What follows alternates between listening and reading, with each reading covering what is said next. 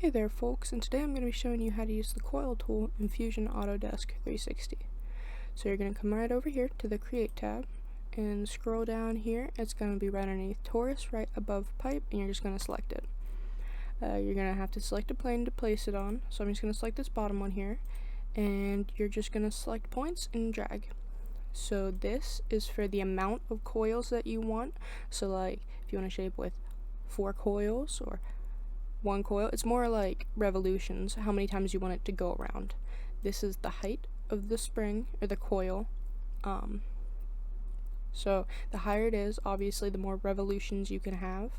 This one I can go up to like 8, but we're just gonna keep it there at 6, sure. This is for how thick your revolutions are, so you can make them whatever. Let's make a really thin spring, and this is how big they are. So if you want them really wide, really thin, there you go.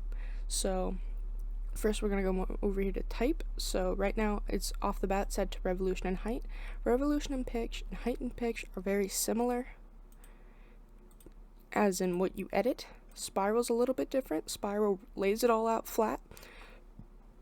This kind of reminds me of like the old gas stoves, how the burners looked. So that's how I think of it. But we're just going to go back to revolution height. You can change the diameter, the revolutions, the height, and the angle all from in here. So the angle is like almost the depth that they come to. So if you want a really wide spring or a really narrow spring, there you go. We're just going to leave it at 0 for now though.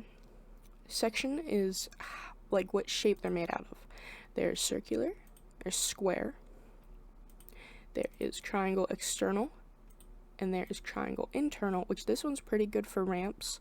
If you like stack a triangle internal and a triangle external right up against each other, you might be able to make a pretty cool ramp. We're just going to leave it at circular for now.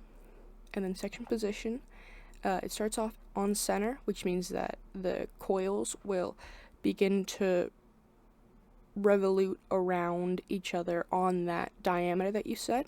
Inside is just inside of the diameter, so they're a little bit more tightly knit, and outside is outside of the diameter, so they're a little bit wider knit. But we're just going to leave them on center. Section size is, I believe, no, it's not this one, it's this one, yeah. So it's how thick your sections are. And then obviously there's the operations tab, which has join, cut, intersect, new body, and new component, which is very similar to every other tool, whether you're extruding something from a sketch or just creating something from the create tab.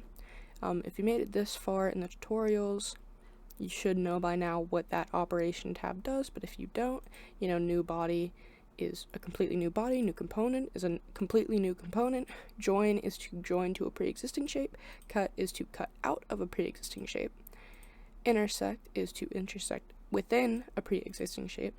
If you want to make like a ramp inside of like a square block, you'd make your square block and then you'd use the cut tool, and that's how you make like a marble ramp going down something.